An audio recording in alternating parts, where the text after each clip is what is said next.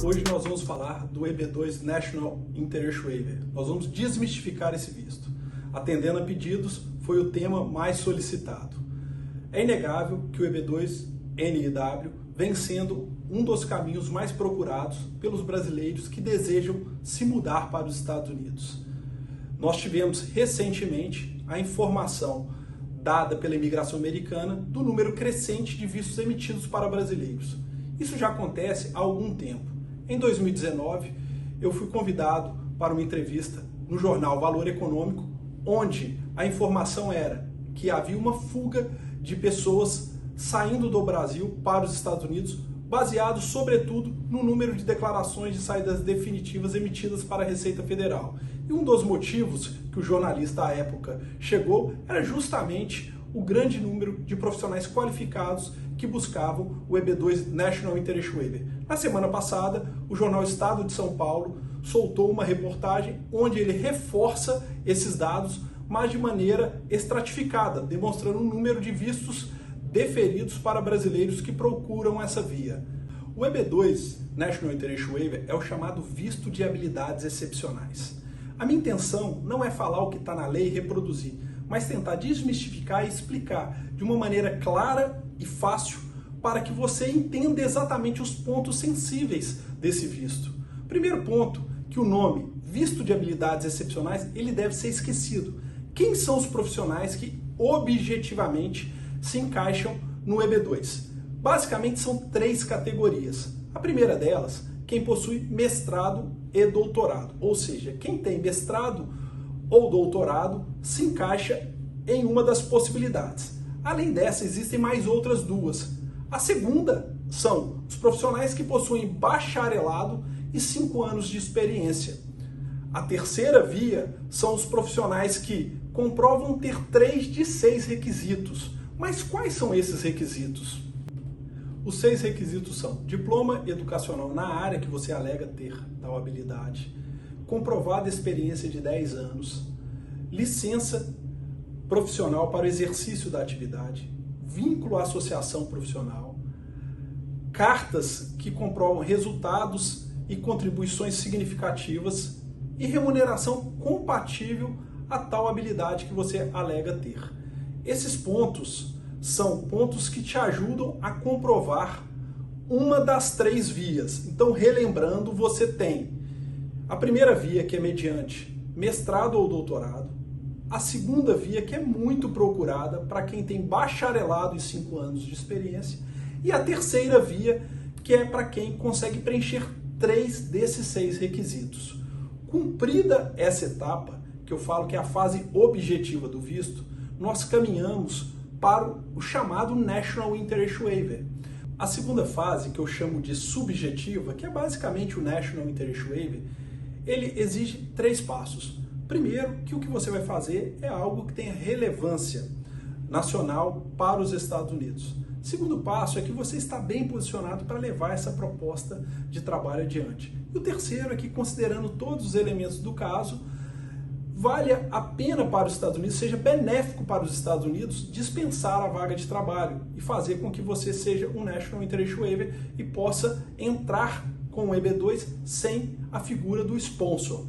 Agora, eu gostaria de explicar, sem me apegar nesses detalhes técnicos, o que de fato é necessário para você construir um National Interest Waiver é você demonstrar que as suas experiências passadas elas te capacitam para os seus planos futuros. Ou seja, você tem que desenvolver um bom professional ou business plan, e aí existe uma discussão enorme muitas vezes que eu vejo na internet entre os aplicantes, o que é melhor, um professional ou um business plan, e eu me preocupo muito pouco com o nome do documento. O que vale é justamente o conteúdo do documento. Se ele tiver um viés mais para o lado profissional, ele vai ser um professional plan. Se for algo ligado a um business, de fato será um business plan. Então o importante é o conteúdo, não se preocupe com o nome desse documento.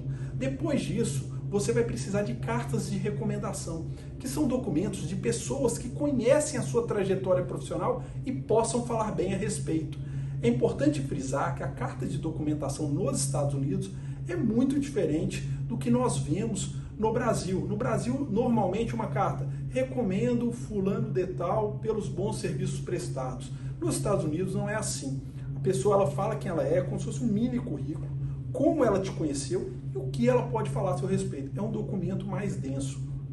Nos casos de EB2, também é muito recomendável que você lance mão de um profissional qualificado na sua área, um expert, para que ele faça uma Expert Opinion Letter, que é a carta de um especialista. Alguém que vai pegar o seu caso e ver esse caso não com uma visão jurídica do caso, mas uma visão técnica da sua área. A imigração sabe que ele não te conhece, mas sabe que ele foi contratado para fazer uma análise técnica do seu caso.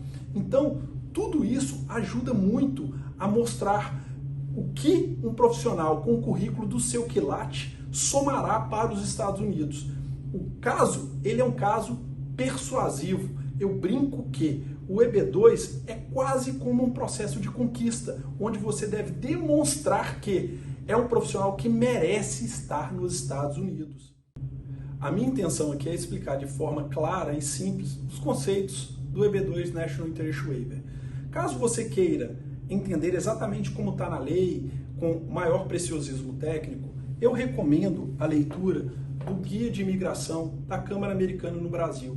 Eu tive a honra de redigir esse guia e é um material com linguagem correta, um conteúdo informativo sem nenhuma conotação comercial. A intenção é te dar a informação de forma adequada e nós podemos colocar aqui embaixo o link para que você baixe esse material. Aproveitando o momento, vou responder as principais perguntas sobre o EB2. Não tenho pós-graduação, mestrado, doutorado, MBA. Ainda assim, posso obter um EB2 National Interest Waiver? Sim. Como eu disse, a fase objetiva, nós temos 3 vias. A exigência de mestrado ou doutorado está em apenas uma delas, e elas são vias alternativas, uma ou outra. Já após o MBA, eles agregam demonstrando experiência, mas eles por si só, pós e MBA feitos no Brasil, normalmente não têm a carga horária de equivalência ao mestrado nos Estados Unidos. A outra pergunta, não tenho curso superior, é possível conseguir um EB2 National Interest Waiver? A resposta é sim. Por mais que você não tenha mestrado, doutorado, o bacharelado e 5 anos de experiência, ainda você tem a opção dos 3 de 6 requisitos e comprovação do National Interest Waiver. É óbvio que vai se afunilando as suas possibilidades, mas não se torna impossível a realização do seu sonho. O que é melhor? Professional ou Business Plan? Depende exatamente de como esse caso está estruturado e qual documento faz mais sentido.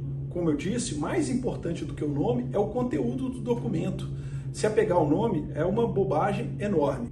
Outra pergunta, existem profissões que são mais adequadas que as outras para o EB2 National Interest Waiver? Esse é outro mito. Tirando os enfermeiros, que existe uma via própria, as demais profissões elas estão em patamar de equidade por uma razão simples. O EB2 ele não avalia profissão, o EB2 avalia o profissional, a carreira, que é única. Então, mais importante do que a profissão é a carreira do profissional, que é o aplicante do caso. Existe Premium Processing para o EB2 National Interest Waiver? No momento, não. Não existe essa alternativa para o EB2 até o presente momento. Espero ter esclarecido a maior parte das suas dúvidas sobre o EB2 National Interest Waiver. Conte conosco. Um abraço.